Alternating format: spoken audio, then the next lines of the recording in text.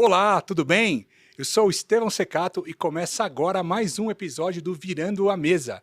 Hoje nós temos o João Carlos Lima Neto, o João Lima, fundador de uma das principais empresas de reestruturação de empresas do Brasil. O João tem 24 anos de JM Lima e antes disso, durante 30 anos, atuou em grandes empresas como Gerdau, Grupo Pão de Açúcar, entre outras. Na JM Lima, ele foi responsável por 150 recuperações judiciais e mais de 100 turnarounds. João, muito obrigado pela sua presença aqui no nosso programa. Olá, Estevão, como vai? Tudo bem? Obrigado pelo convite. Estamos aí mais uma vez para passar um pouquinho da experiência, um pouquinho dos nossos momentos aí ao longo de todo esse tempo. Ô, João, é um grande prazer ter você conosco aqui. Bom, qual que é o intuito do programa, né? É explorar casos de empresas ou casos de empresas que você tenha tocado que viraram a mesa, que deram a volta por cima, né? Nesse contexto, a gente queria ouvir um pouco de você. Qual caso marcou a sua história, ou quais casos marcaram e aí quais ações você tomou para virar a mesa dessa empresa? Tá bom. Foram vários casos, né? Ao longo de todo esse tempo a gente trabalhou em grandes processos de reestruturação, alguns com a recuperação, outros sem recuperação, mas um emblemático, e eu acho que é o que deu o pontapé inicial para a nossa carreira na área de reestruturação e para o reconhecimento da JM Lima no mercado, né? Eu tenho bastante orgulho de falar do caso da Jandaia, né? Suco Jandaia, uma empresa de Fortaleza, uma empresa de mais de 70 anos de vida, né? E que passava por uma crise profunda. Estamos falando aí de 2010, né? A empresa tinha uma crise profunda, a lei de recuperação à época ainda era bem pouco explorada, e quando nós fomos visitar a empresa, fomos inclusive levados por um grande credor da companhia, que nos levou para ajudar a avaliar a companhia e entender quais seriam os próximos passos e se de alguma maneira ele, como credor, tinha alguma expectativa de solução do problema dele. É comum um credor provocar esse tipo de conversa, esse tipo de ajuda externa, né? É bastante comum. Eu te diria que hoje, mais ainda, né? O credor que é o credor que se preocupa, obviamente, com a realização do seu crédito, isso acontece, mas também, e não é incomum, o credor que se preocupa com o cliente, né? Que eu acho mais interessante ainda, ou seja, ele surfou no bom momento do cliente, ele teve aquele cliente na sua carteira positiva, acompanhou o processo e num momento de crise ou num momento de soluço da operação, ele não deixa o cliente de lado e busca parceiros, especialistas para ajudar na reversão desse momento de crise, acreditando no seu cliente. Isso é o mais importante. Nesse caso foi bem emblemático, porque foi uma situação de muita emergência, de muita urgência, né? A empresa vinha ao longo do tempo buscando alternativas, a empresa passou por uma prospecção de um grande player que havia sugerido uma compra. A preparação da empresa para atendimento desse possível comprador fez com que ela tomasse algumas atitudes, buscasse algumas alternativas para ter uma situação mais equilibrada, que ao final de 6 meses, por uma negativa do investidor, do comprador, acabou virando um grande problema para a empresa. E o que ela fez para se adequar a esse investidor que depois não veio para a mesa? Ela buscou alternativas de autofinanciamento e de captação de recursos de uma maneira desestruturada para alavancar faturamento, para alavancar produção, para alavancar níveis otimizados de resultado, que seriam até muito bem-vindos, mas de uma maneira mais estruturada, de uma maneira mais elástica. Isso foi feito muito rapidamente e aí o que parecia ser um remédio virou um veneno muito grande. Então, quer dizer, a empresa que, na expectativa de ser vendida para maximizar seu valor, captou recursos para crescer de forma rápida e tentar se financiar aí para melhorar a eficiência, entre outras ações, e no final do dia o M&A não veio. Exatamente isso, e a gente percebe isso, fazendo um apêndice aí do que nós estamos falando, em outros casos que aconteceram a mesma coisa. Então, o que nós percebemos é o seguinte: quando as empresas buscam o M&A, todo mundo se preocupa e todos os envolvidos se preocupam em atender o interessado. E com cláusulas punitivas, acaso você não entregue o que o interessado esteja buscando. Mas raramente você tem algum pênalti ou alguma punição para o interessado que desiste. Ou seja, você envida todos os esforços para entregar informações, para mostrar eficiência, para mostrar trabalho de qualidade, para que esse interessado tenha efetivamente atendido a sua expectativa, mas uma negativa desse interessado, seja ela justificada ou não, não se preocupa com o que isso traz de reversão para o cenário da companhia. Até porque juridicamente ele está coberto, né? Ele é o comprador, ele pode walk away, né? Desistir a hora que ele quiser. Sim, exatamente o que aconteceu. Ele desistiu, o fato de ter desistido fez com que a empresa tivesse alavancado um crescimento muito rápido, o que também não acho correto. Eu acho que ela tinha que mostrar a situação dela como era naquele momento e ponto. Mas, enfim, nós não participamos disso. Chegamos no momento seguinte, em que a empresa tinha uma alavancagem desestruturada, uma situação inflada de todas as suas operações, ou seja, a empresa estava inchada, ela não cresceu. A alavancagem e a busca de recursos para buscar resultados, ela não trouxe resultados, ela trouxe inchaço. Qual que era o tamanho? Como que era o diagnóstico? Nós estamos falando hoje, e eu posso falar de números, porque isso é público, isso se tornou uma recuperação judicial, nós acabamos com um passivo de 200 milhões de reais. Falando em 2010, isso é um número muito expressivo. À época, uma das recuperações mais representativas do Brasil. E como é que era composto esse passivo? Para quem que ele estava devendo? Estava devendo 70% para bancos e FDICs e 30% para fornecedores. Tudo criografário ou tinha garantia real no meio? Como é que era? Pouquíssima garantia real. Quando a gente se reporta a 2010, a figura da alienação fiduciária ela ainda era pouco usada, e quem usava mal. As alienações eram bem mal construídas. Então o que havia era alguma coisa de hipoteca, mas também mal construídas. No caso, quando nós optamos pela recuperação, essas garantias acabaram sendo derrubadas e estamos falando de praticamente todo mundo como quirografário. E aí vocês fizeram um diagnóstico? Como é que foi esse processo? Fizeram um diagnóstico e entraram na empresa? Na verdade, o momento não permitiu o diagnóstico. Era uma situação de amanhã vai apagar a luz, né? Ou faz, né? Recuperação judicial hoje, com mais experiência, com mais bagagem, com mais leitura de processo, né? Nós dissemos o seguinte, que a recuperação judicial funciona muito bem, mas ela funciona muito melhor quando ela é uma opção. Quando você pode optar por ou não entrar em recuperação judicial. No passado, essa possibilidade não existia. Normalmente, quando você buscava uma recuperação judicial, era por total falta de opção. Ou seja, ou eu busco uma blindagem imediata, ou amanhã eu tenho um colapso geral da operação, com invasão patrimonial, etc, etc, etc. Tem uma amiga minha que fala que quando você tem uma opção só, você não tem opção, né? Exatamente. Quando você tem duas, você tem um dilema. E quando você tem três, aí sim você passa a ter o poder de optar por uma das três, né? No caso, era a primeira Uma opção, a única opção era a recuperação judicial. Era não ter opção. Era este caminho ou este caminho. À época, e aí por isso que eu fico muito orgulhoso de ter participado desse processo, porque foi um processo que, apesar de pouco explorada à época as recuperações, a implantação da recuperação, a sinergia entre consultoria e banca de advogados, ela foi muito perfeita. Nós fizemos um time muito coeso, com objetivos muito claros e muito bem dirigidos, né? A área de consultoria trabalhava muito alinhada com a parte jurídica e o mais importante de tudo, sem isso não se faz recuperação. O empresário vestiu a camisa da recuperação. Isso é importante, né? Sem o buy-in Não funciona.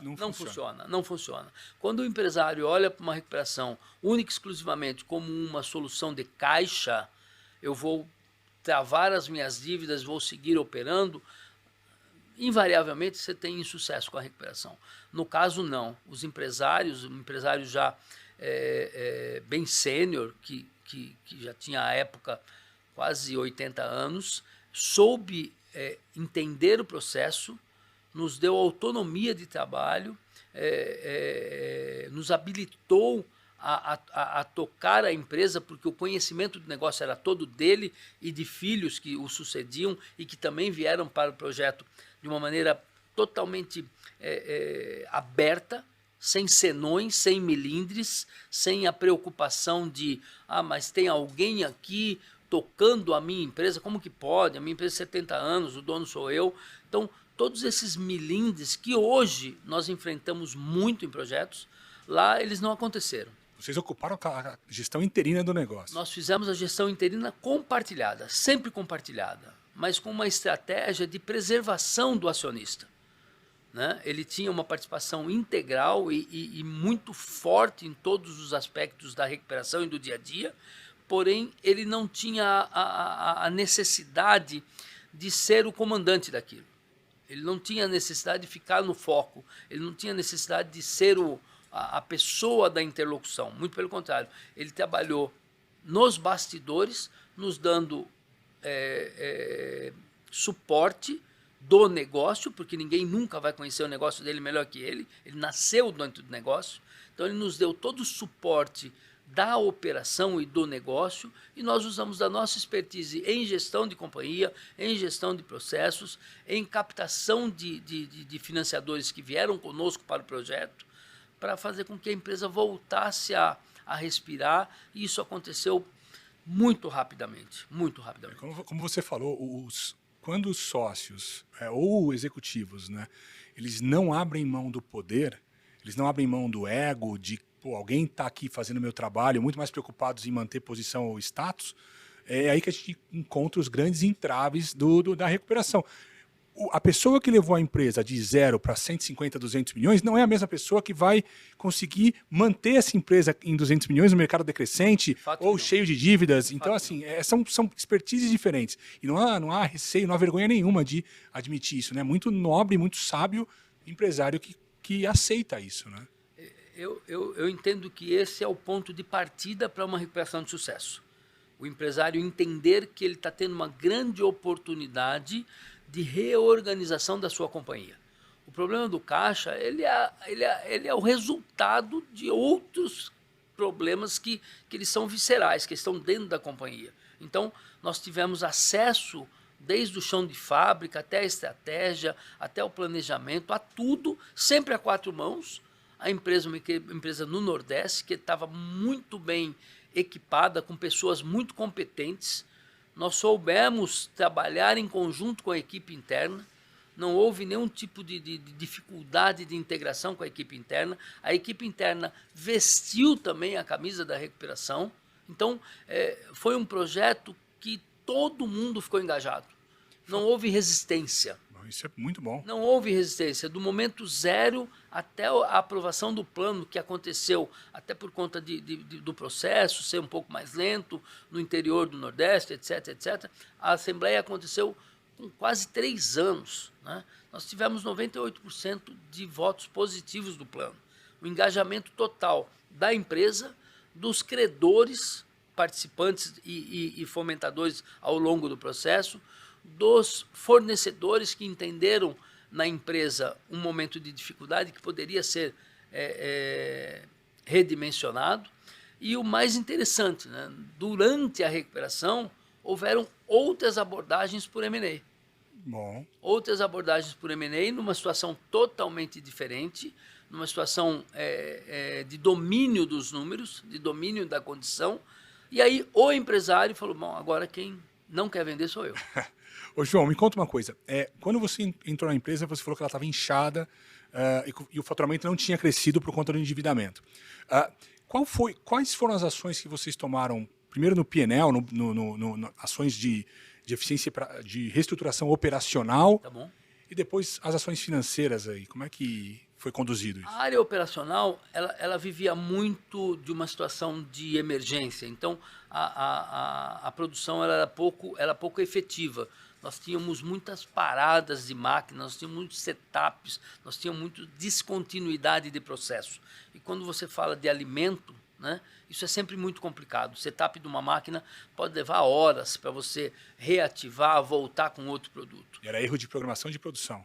Na verdade, não era erro de programação. A produção ela acontecia pelo que você tinha de insumo.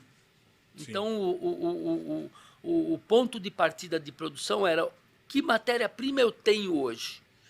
Hoje eu tenho laranja. Bom, então hoje eu posso fazer suco de laranja. Não necessariamente porque eu tenha pedido para vender suco de laranja, mas é o que eu tenho para produzir. Então eu preciso mitigar o meu custo, eu vou produzir suco de laranja. Tá? Então, uma das providências que nós tomamos de primeiro momento foi equilibrar a cadeia produtiva e equilibrar o pulmão de estoque de matéria-prima para que você pudesse planejar uma produção minimamente com setups regulares e não com setups por falta de produto, por falta de matéria-prima, por falta de embalagem, etc, etc, etc. Aí você reduz, por consequência, o desperdício que a empresa tem e o capital de giro empregado no estoque. Exatamente. Com isso, nós acabamos diminuindo o número de turnos da companhia. Ela tinha 3 turnos funcionando e todos eles com pouquíssima efetividade. Então, nós diminuímos os turnos, melhoramos a efetividade, melhoramos a continuidade da produção. O produto sempre foi de altíssima qualidade. Mesmo no pior momento da companhia, ela sempre primou pela qualidade do produto e pela qualidade que a marca transmitia para o mercado. Então, essa não foi uma dificuldade. O problema era ter o produto para pôr no mercado. Né? Diminuímos bastante o número de itens de estoque, de itens de produtos. A empresa tinha uma variável muito grande, diminuiu bastante os SKUs e começamos a olhar para aqueles produtos que tinham efetivamente margem e poderiam colaborar com a rentabilidade da companhia. Né? Segundo passo foi retomar a credibilidade com os clientes. Né? As grandes redes estavam bem machucadas por descontinuidade na linha de fornecimento. Eles fazem lá toda uma programação de receber o seu produto em algum tempo. Quando isso não acontece, você cria problema também de abastecimento para essas grandes redes. Nós optamos, num primeiro momento, em não atender as grandes redes, porque isso trazia muito volume e pouca rentabilidade. E o ciclo de conversão de caixa também é maior, né? As grandes muito redes maior. Pagam com quanto? 120 dias? Pagam com 120, com 150 e às vezes não pagam. Por algum motivo eles não pagam, por cláusulas comerciais que prevêem lá colchão, enfim, aniversário de loja, etc, etc, etc, que tiram a certeza da liquidação do teu recebível. Então, nós entendemos o seguinte: neste momento nós não temos condição de atender esse tipo de cliente, porque esse cliente agora ele está criando a regra. Nós não temos condições de atender essa regra. Então a empresa voltou no tempo, começou a atender varejo e atender pequenos distribuidores, criou com isso uma linha mais contínua de produção e de fornecimento. Obviamente, com isso, nós diminuímos um pouco o nível do faturamento, mas com muito mais margem. Você redimensionou a equipe comercial também? Totalmente, totalmente. A equipe comercial ela era formada por uma equipe interna, com uma gerência, uma direção interna e com representantes no Brasil todo. Então, nós diminuímos tudo isso também. Nós tínhamos operações que o frete da operação era mais caro que o produto. Então, era uma compra de prateleira que não nos trazia nada. Isso era essa análise de custos e margens que aparentemente não era feita, estava sob a guarda de quem antes? Do controller? Estava sob a guarda do controller da companhia, e não por falta de competência, mas por falta de condição. Né? Você não tem como mensurar custo de uma coisa que ela é disforme, a cada dia de um jeito. Então, a partir do momento que nós conseguimos estabilizar uma linha de fornecimento e de matéria-prima, o controller também pôde trabalhar de maneira efetiva e mensurar efetivamente qual era a margem de cada produto e o que para nós era melhor ter ou não no mercado. Foi dessa maneira que nós começamos a reconstruir o nome Jandaia no comércio, no mercado e e nas distribuidoras e nos grandes players. Do ponto de vista de custos indiretos, né? SG&A, folha e tudo mais, estava inflado também? Não estava. Não estava. A empresa ela já tinha passado por uma, até pela necessidade e pela falta de condição, ela já havia passado por uma diminuição bem grande de todo esse custo do dia a dia, né? Então aí foi muito mais realocação e até em alguns casos buscar de volta alguns profissionais que foram perdidos com o tempo para trazer mais qualidade, mais resultado para a companhia. Agora, esse ajuste de estoque necessitou de capital, ou mais não? ou menos, mais ou menos. Como a empresa é uma empresa de 70 anos... Qual que é o faturamento? Desculpa. À época, nós partimos de zero para, no final de 3 anos, chegar a 10 milhões de reais. Estava faturando zero, estava parada. Zero. Estava faturando zero. Parada faturando mesmo. Zero. É. Incrível, hein? A participação dos fornecedores foi muito importante. Porque, além de credores, eles têm todo um aspecto emocional envolvido. São fornecedores que são fornecedores há décadas da companhia.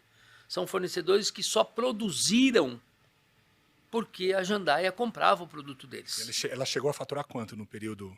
Ela chegou a faturar 14, 15. Por mês? Mas com nenhuma margem, sem qualidade. Sim. Então, a participação desses fornecedores, que são fornecedores até emocionalmente ligados com a marca, fez com que abrisse uma condição de negociação com esses fornecedores, e aí você não teve mais falta de matéria-prima. Porque eles mesmo, em toda a dificuldade da companhia, sempre seguiram fornecendo. Mesmo com a recuperação judicial, foram fornecedores parceiros? Antes da recuperação já eram. E não pararam de fornecer porque a companhia não tinha como pagar. Pararam de fornecer porque eles não tinham recurso para produzir. Porque eles acreditaram e sempre acreditaram na companhia. Quando a companhia voltou a operar, eles se viram muito felizes com essa situação e voltaram a fornecer. Por quê? Porque é isso, eles começaram a produzir para poder atender a Jandaia. Então, a ligação emocional, nesse caso, foi muito importante. Agora, teve a atuação de vocês também nesse processo de convencimento. Não tenha dúvida nenhuma. Todos os fornecedores foram sendo chamados, um a um, explicando a gente a figura da recuperação. São produtores rurais, pessoas com pouco esclarecimento do que isso significa, na verdade, mas eles foram muito receptivos ao novo momento. Eu acho que quando você explica, é claro, transparente, sobre o que está acontecendo e que a melhor solução é aquela, eu acho que você rompe um pouco essa barreira de resistência, né? Mas é muito importante, Estevão, você entender qual é a linguagem que você tem que usar com quem. Então, nós estamos falando de produtores rurais, pessoas humildes, com pouco esclarecimento sobre legislação, sobre o que significa uma recuperação, sobre o que significa não receber para receber mais para frente. Então, você tem que também descer um pouquinho o degrau, sair um pouquinho daquela posição de executivo, de CEO, de CFO, para conversar a linguagem que esse produtor rural precisa. Ter a paciência para explicar, transferir credibilidade para esse produtor rural. Isso foi feito a 4 mãos, entre nós e também os acionistas da Jandaia, que tinham essa proximidade com todos esses produtores. Então, eles se sentiram acolhidos. E, por conta disso, nos ajudaram muito na recuperação da companhia. E aí, nesse aspecto, você, obviamente, recuperando a receita e com margens agora mais adequadas, a margem começou a entrar, né? Então... A margem começou a entrar e isso se refletiu rapidamente em estoque. Qual é o grande desafio de uma indústria que vive da safra, seja ela do que for? No caso lá, era do caju. É você estar abastecido no período fora da safra. A safra do caju ela vai de agosto a outubro, mais ou menos, tá? Então você tem de agosto a outubro para comprar caju para te atender até agosto do próximo ano. Então, esse é um desafio muito grande, é um desencaixe muito grande, é uma movimentação muito grande. Até a armazenagem também é um desafio, né? É que a empresa sempre foi muito bem equipada. Então, ela tinha toda essa condição de armazenagem, mas ela não tinha fornecimento. No final do 2º ano da nossa gestão, nós tínhamos já dentro de casa estoque para mais 2 anos. No final do 2º ano? No final do 2º ano. Em 2 anos, nós recuperamos a condição de estocagem e recuperamos a condição de produção contínua para mais 2 anos. Ou seja, se nós tivéssemos algum problema de safra, de fornecimento, etc., etc., você teria aquela matéria-prima por mais 2 anos, dentro de casa. Muito bom. E do ponto de vista do balanço patrimonial, como é que você encontrou e como é que você resolveu? O balanço patrimonial ele tinha alguns pecados, né? Mas todos eles voltados ao quê? A busca de recurso, a busca de crédito, a busca de operações financeiras que fazem com que você crie condições no balanço ou tente mostrar no balanço uma situação diferente da real. Então, isso também foi tratado durante o período da recuperação. Nós usamos esse argumento dentro da própria recuperação e mostramos que a inconsistência do balanço patrimonial ela se dava por descontrole, porque a empresa passou por sérias dificuldades, teve que abrir mão de profissionais mais especializados, e, infelizmente, por conta disso, o descontrole ele aflorou e isso acabou se refletindo também nos balanços. E aí a dívida você renegociou dentro do contexto da recuperação judicial. E como é que foi essa negociação? Essa negociação, à época, talvez eu possa estar errando em alguma coisa, mas o plano de recuperação ele previa um pagamento em até 18 anos, com um haircut de 50% ou 60%, algo como isso, mas isso acabou sendo atenuado ao longo do tempo com a participação dos credores como credores colaboradores. Então, poucos dos credores acabaram tendo todo esse peso de haircut imposto no plano. Eles acabaram ali continuando financiando a empresa com financiadores, e recuperando em caixa, recuperando em operações. Exatamente. E foi fácil negociar com eles ou teve alguma não foi fácil, mas também não foi nenhuma grande batalha. Por quê? Porque nós tínhamos por trás da nossa recuperação um nome de 70 anos. Uma empresa que trabalhou muito bem durante muito tempo. Uma credibilidade intrínseca na marca, né? A nossa equipe também foi uma equipe que soube dar transparência para toda a negociação, soube dar transparência para tudo aquilo que estava sendo feito e soube dar resposta aos credores, aos administradores judiciais que passaram pela companhia, enfim. O modelo da transparência e da segurança, eu acredito que foi o pilar de sustentação dessa recuperação. E ela teve quantos anos? A empresa ficou em recuperação judicial por quanto tempo? Na verdade, nós levamos 3 anos para aprovar o plano. O plano foi aprovado em 3 anos, nós ainda ficamos por mais 1 ano fazendo parte do conselho da companhia, né?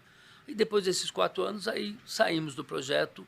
Hoje a empresa, não sei te dar detalhes de qual é a situação da empresa hoje. Mas formaram executivos ali para perenizar o trabalho que vocês fizeram durante esse prazo de recuperação. Sim. Na verdade, eles realocaram executivos já da companhia e seguiram no mesmo formato. A família ainda é muito atuante no projeto. Ô, João, me fala uma coisa. Você falou que os executivos ali e a família compraram a ideia. Sim. Não teve nenhuma barreira de resistência, nem por parte dos executivos, nada? Como é que foi? Foi um processo totalmente... Não teve. Não teve. Foi muito. Ensina pra gente aí qual técnica que você usou, porque nos projetos que eu toco, eu encontro muita resistência, assim, demais. Eu entendo que ali o grande mérito foi pela condução patriarcal do dono da companhia, Dr. Cláudio Figueiredo, que tinha um domínio que eu nunca vi igual sobre uma empresa ou sobre os colaboradores da empresa. Deveria liderar por exemplo. Ali, liderar por exemplo, liderar por simpatia, liderar por empatia a todos. Então, o que era uma imposição nunca foi colocado como imposição. Foi colocado como, olha, gente, esse é o remédio que nós precisamos tomar e tomar juntos, para que a gente possa, sair do outro lado. Então, eu reputo, não tenho dúvida nenhuma, a nossa competência técnica, a competência técnica do pessoal jurídico, não tenho dúvida nenhuma, mas a sustentação de tudo isso e a eliminação de resistências, ela se deu também por um comando sensacional do executivo da companhia. E ele foi o fundador da empresa, ou é a segunda geração? Não, ele era segunda geração. Ah, então quer dizer, a família já era bem conhecida na cidade, na região, já sim, tinha uma sim, reputação, sim, gozava de reputação. E para eles foi um choque ter que pedir recuperação judicial do ponto de vista reputacional, ou eles encararam numa boa? Na verdade, foi um choque. A decisão foi muito difícil, porém muito rápida. Entre a apresentação do projeto e a decisão foi uma semana. Porém, ele foi muito pragmático. Está decidido, ponto. A partir de agora, vida nova e acabou. E nada mais se falou a respeito do assunto. Não houve lamúrias, olha, mas estão falando isso, olha, fulano disse aquilo. Não há boato. Está aqui, essa é a verdade, estamos em recuperação e seguiremos daqui para frente. E a comunicação com a população local? Porque a empresa Foi não vai muito pegar... tranquila. Foi muito tranquila, mesmo porque nós estávamos no interior do Ceará, numa região pequena, né? Então, e uma região que tinha muita dependência da companhia. Então, ninguém teve nenhum prejuízo, muito pelo contrário, todos ficaram muito felizes com a retomada da companhia. Você acha que esse momento da Jandaia foi a grande virada de mesa deles na história? Não tenho nenhuma dúvida, não tenho nenhuma dúvida. Foi tão virada de mesa que eles tiveram, durante o período de recuperação, uma abordagem para a M&A e puderam optar e não aceitar. E como é que foi essa abordagem? Foi Foi bem interessante, porque, falando hoje, parece até engraçado, mas, enfim, a abordagem ela foi feita por um grande player da época, mas que buscava um M&A para parte da companhia, né? E por conta disso fez uma due diligence e nós fizemos a nossa due diligence, né? Tivemos aí um desvio de algo como 15% a 20% entre a nossa avaliação e a avaliação do player, né? Isso evoluiu, foi um processo muito rápido, mesmo porque nós estávamos com todas as informações muito bem apuradas, então foi um processo muito rápido. E eles tinham como grande objetivo a compra, à época, de 51% da companhia. Da companhia, não o UPI, da companhia. Não, da companhia, por um número X de EBITDAs, né? E com uma perspectiva de, após 3 anos, liquidar os outros 49% por X menos alguma coisa de EBITDAs, né? Eu acho que pegou aí. Aí houve um pouquinho do aspecto emocional envolvido e os acionistas entenderam que não, eu vendo a companhia, não vou saber ficar no dia a dia subjugado, ou seja, sendo o minoritário. É um grande dilema mesmo. Você ser minoritário de alguém que você não conhece ainda, ou pode até conhecer, mas que vai tomar uma decisão e que uma coisa que você mandava sozinho antes, agora você tem que compartilhar a decisão. Mas eu percebo hoje que isso talvez tenha sido faltou um pouco de habilidade do investidor comprador em colocar isso na mesa. Eles trouxeram isso de uma maneira um pouco truculenta, e essa truculência afastou o interesse do empresário em fazer a movimentação, mesmo porque naquele momento todos os indicadores mostravam a recuperação da companhia, como aconteceu, né? A recuperação da companhia, como aconteceu. Então, ele tinha poucos motivos para fazer essa movimentação. Você precisou trazer dinheiro novo para a companhia? Pouquíssimo, muito pouco. Eu lembro, é cabalístico isso, eu lembro que quando nós fomos contratados, o empresário falou, olha, nós precisamos de 10 milhões aqui para apertar o botão e começar de novo. Os empresários sempre sabem, né? Antes de você chegar, quanto precisa, né? Nós fizemos 2 capturas de recurso, uma de 500 mil e a outra de 500 mil depois de 2 anos.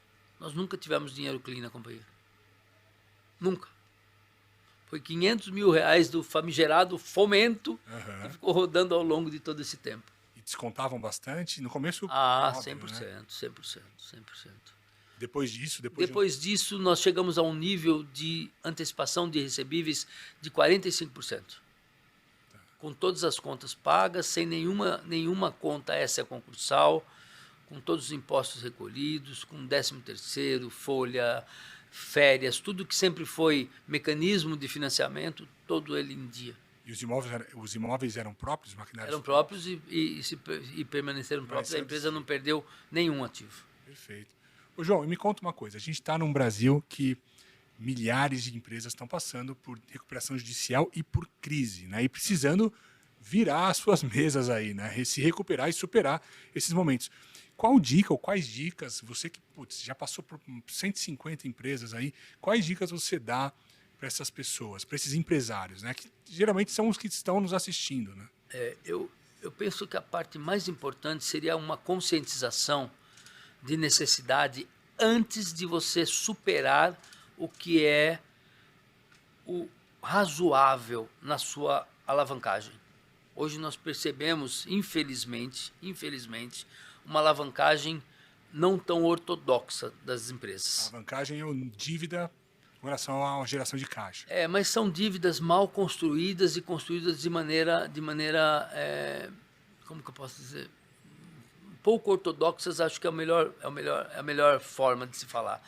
Então o empresário ele lança mão de várias ferramentas de reforço de caixa e ele vai se complicando a cada dia mais, se complicando também na pessoa física, e eu costumo dizer o seguinte: dever não é crime, mas dependendo da forma que você constitui a dívida, aí sim você se expõe ao crime. E isso hoje é o que a gente mais encontra.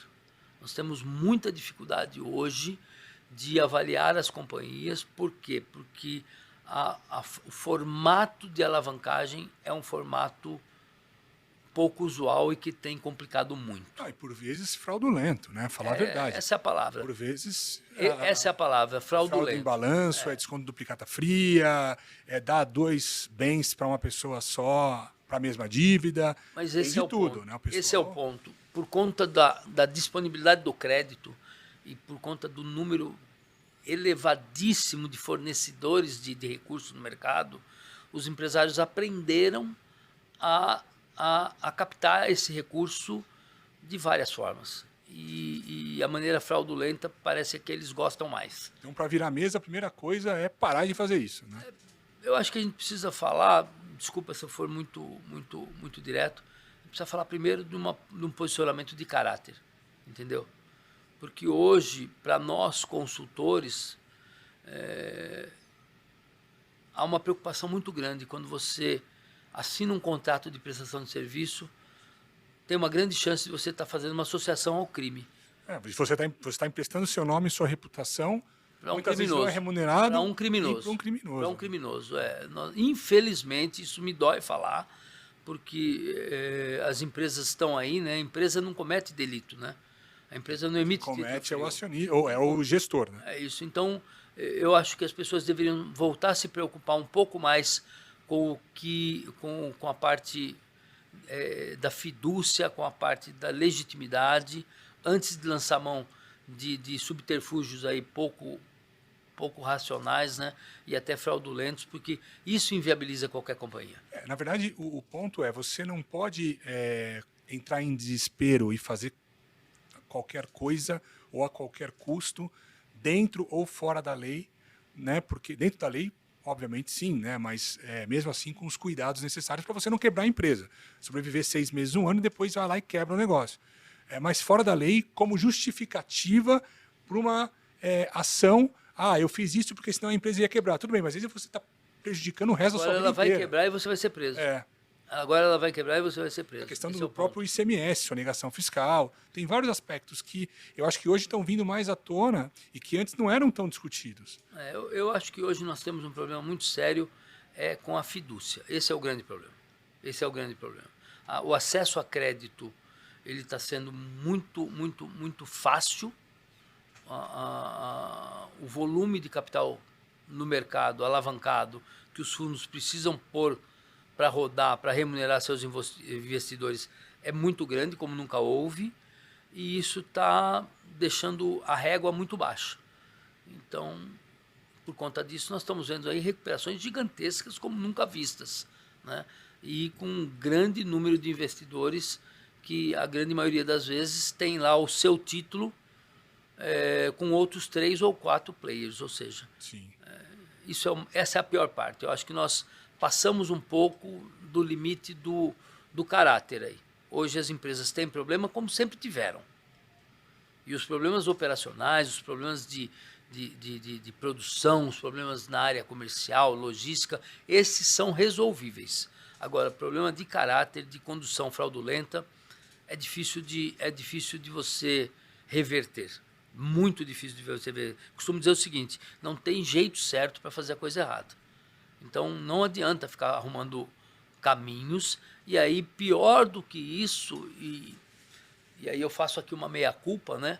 Nós acabamos, de alguma maneira, participando de tudo isso no afã de entender ou de imaginar que aquele é um projeto que será o projeto da sua vida, é um grande projeto, vai ser bom, nós vamos reverter, etc, etc. Você acaba virando massa de manobra para esses empresários pouco éticos seguirem aí fazendo suas loucuras. E o caixa, ele é a boca do funil, né? Na verdade, é o bico do funil, né?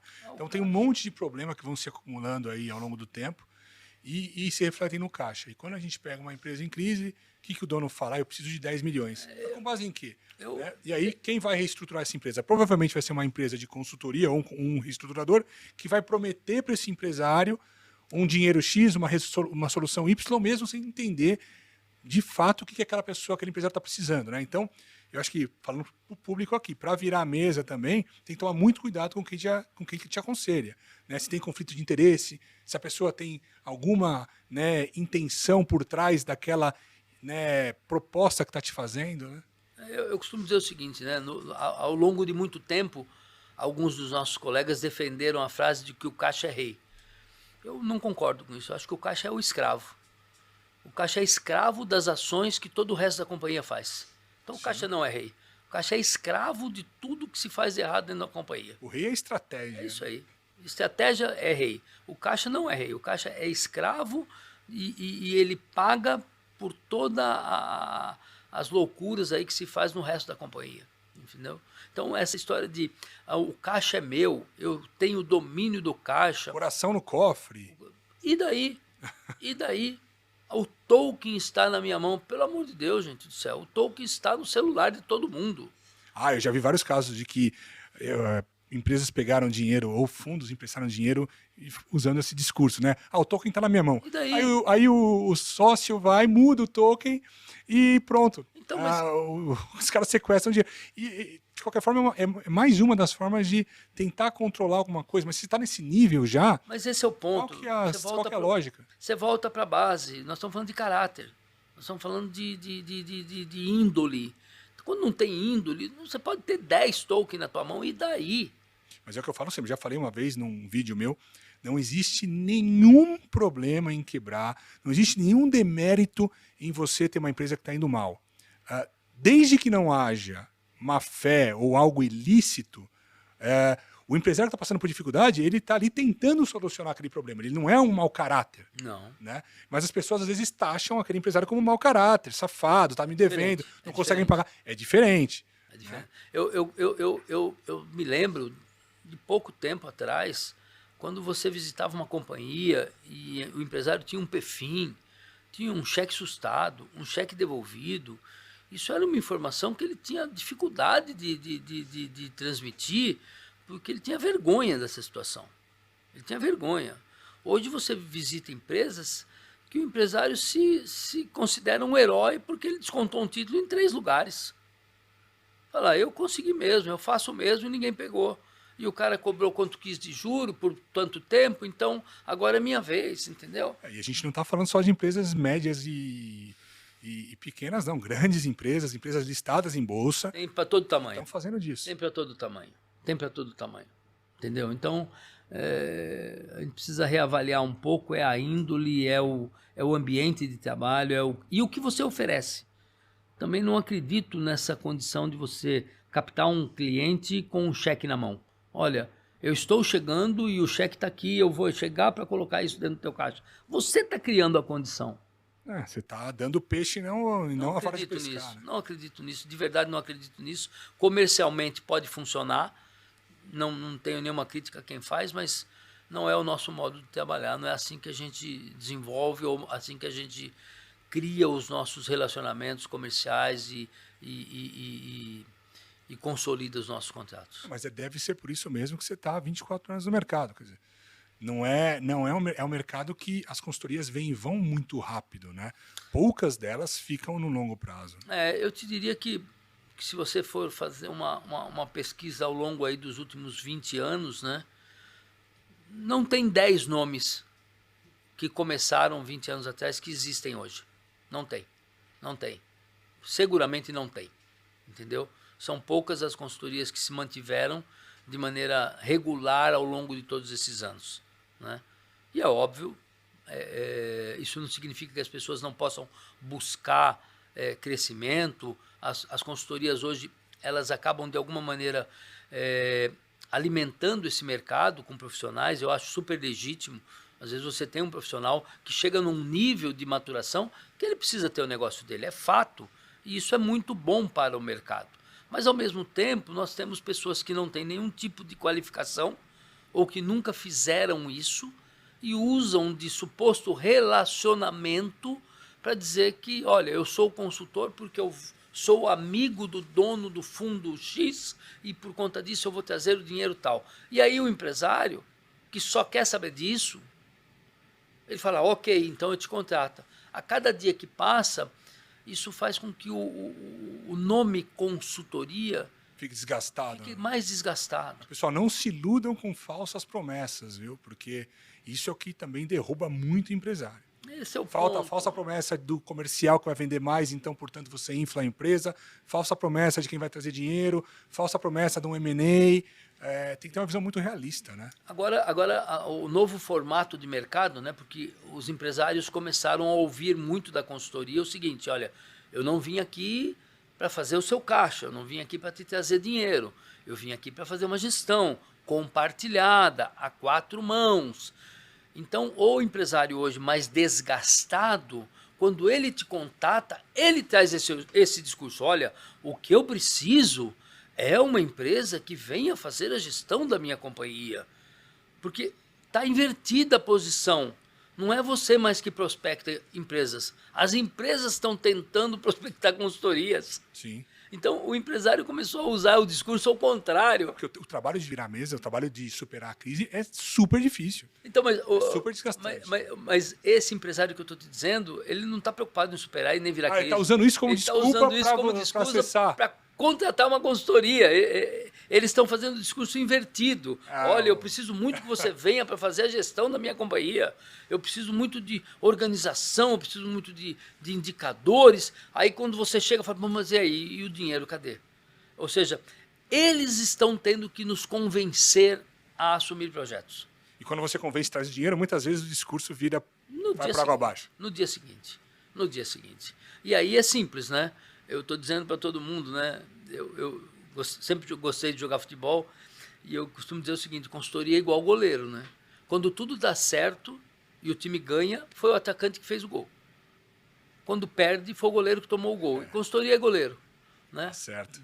Definitivamente, poucas serão as vezes que você vai ver alguma publicação de alguém enaltecendo o trabalho da consultoria na reversão de um problema ou na reestruturação de uma companhia com sucesso. Não, e é incrível, porque nós somos especialistas em resolver problemas. Esse é o ponto. Mas é aquela coisa, a gente só aparece, né, quando algo dá ruim. Porque quando dá bom, ninguém te procura ou simplesmente um parabéns, muito obrigado, o que tchau. Para nós já não faz nenhuma diferença. Eu não tenho nenhuma preocupação de estar no pódio, de receber medalha, de receber troféu. Ok. O nosso objetivo, aí falando um pouco de JM Lima, é ser parte atuante da sua reestruturação. E ok, deu tudo certo, parabéns, pode fazer a festa para comemorar, eu não vou participar da festa. Não vim para fazer festa. Eu não vim para receber os louros da vitória. Eu vim para participar do jogo, não é verdade? Sim. Então é isso, é mais ou menos assim. Você não vê nenhum médico ir na festa de aniversário do paciente dele que ele operou. Não vai. Por quê? Ele sabe muito bem que a função dele é dentro da sala de cirurgia. O paciente vem em situação crítica, ele atua, ele resolve, no fim do dia ele dá alta, muito obrigado, vai com Deus. Se no dia seguinte é o aniversário da pessoa, esse médico não vai estar lá. Pode ter certeza disso. Bom ponto. Médico não vai em aniversário. Médico não é convidado para o casamento da filha do cara que ele salvou. Isso não existe, entendeu? Então, para nós, isso não é um objetivo, participar da festa de comemoração. Não, o nosso trabalho, ele não precisa ser toda hora reconhecido para o público externo. O nosso reconhecimento está na realização do que nós fazemos no dia a dia da companhia. É mais ou menos assim. Perfeito, João. João, obrigado Imagina. pela sua presença. Pessoal, muito obrigado. Terminamos agora mais um episódio do Virando a Mesa e até o próximo. Um abraço.